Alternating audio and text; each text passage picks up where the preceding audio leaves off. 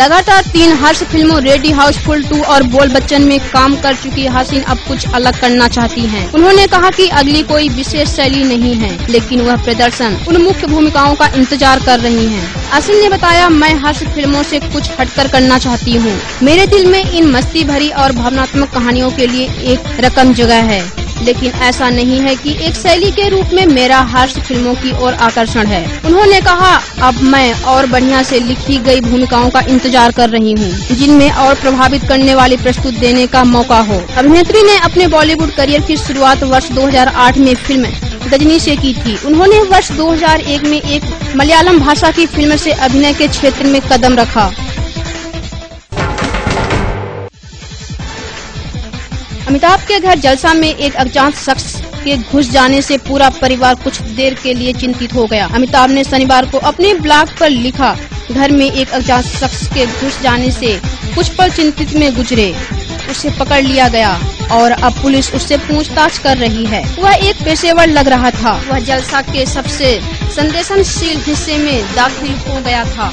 उन्होंने लिखा, अब पुलिस पहले से अधिक सचेत है और सुरक्षा भी कड़ी कर दी गई है। जुहू में अमिताभ के 2 घर जलसा और प्रतीक्षा है और दोनों के बीच 1 किलोमीटर की दूरी है।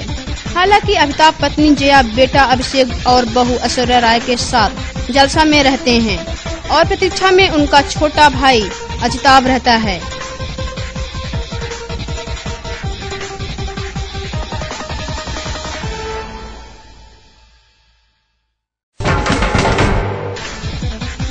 अभिनेत्री से फिल्म निर्देशक बनी पूजा भट्ट की जिस्म 2 भले ही अभी सिनेमाघर में नहीं पहुंची है, लेकिन उन्होंने इस श्रृंखला में तीसरे संस्करण पर काम करना शुरू कर दिया है और वह इसे 3D में बनाना चाहती हैं। पूजा ने बताया, मेरी पटकथा पिछले काफी समय से तैयार है। मैं उसे अपना हिसाब से बाहर लेकर आना चाहती हूँ। मैं जिस्म 3 को 3D में बनाऊंगी। एक कामुक फिल्म को 3D में बनाना दिलचस्प होगा। उन्होंने कहा, यह तक कि हमारी योजना जिस्म 2 को 3D में बनाने की थी, लेकिन बाद में हमें लगा कि यह बहुत आगे की बात है। इसकी शूटिंग अगले वर्ष शुरू हो जाएगी।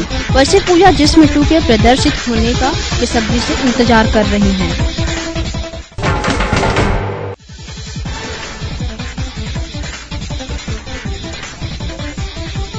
बॉलीवुड में एक समय हॉट जोड़े रहे रणबीर कपूर और दीपिका पादुकोण एक बार फिर अच्छे दोस्त बन गए हैं।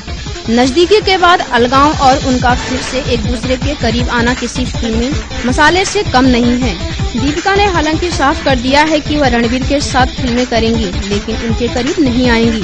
सूत्रों के मुताबिक दीपिका से रणबीर के साथ उनके हाल के संबंध के बारे में पूछे जाने पर उन्होंने कहा कि बीते समय की यह जोड़ी एक अच्छे दोस्त के रूप में फिल्में में काम कर रही हैं, लेकिन दोबारा एक दूसरे से करीब आने का कोई सवाल नहीं है।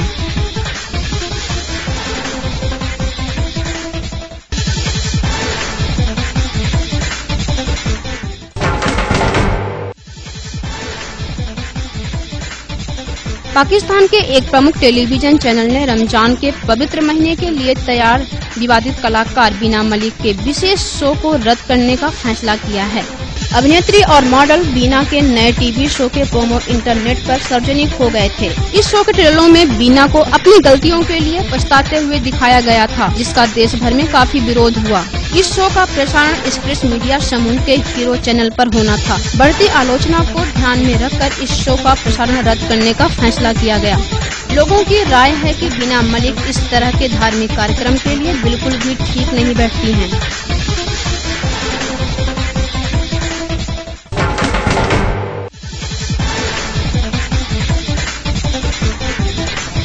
देश के पहले सुपरफास्ट राजेश खन्ना के बंगले के दरवाजे अब उनके करोड़ों चाहने वालों के लिए हमेशा के लिए खुले रह सकते हैं। इस बंगले में बन सकता है म्यूजियम। और ये मांग अब 8 साल से काका के साथ रह रही अनीता आडवाणी ने भी की है। अनीता आडवाणी ने कुछ दिन पहले ही राजेश खन्ना के परिवार को नोटिस भेजा था और आशीर्वाद बंगले से बेदखल करने की कोशिश का इल्जाम लगाया था, लेकिन अब अनीता किसी तरह के लालच से इनकार कर रही हैं। बताया जा रहा है कि काका के बंगले को राजेश खन्ना म्यूजियम बनाने की इच्छा जताई थी। डिम्पल कापड़िया उनकी 2 बेटियां राजी हुई तो बांद्रा वेस्ट के कार्टर रोड का असलीना बंगला बॉलीवुड के लिए मील का पत्थर बन सकता है।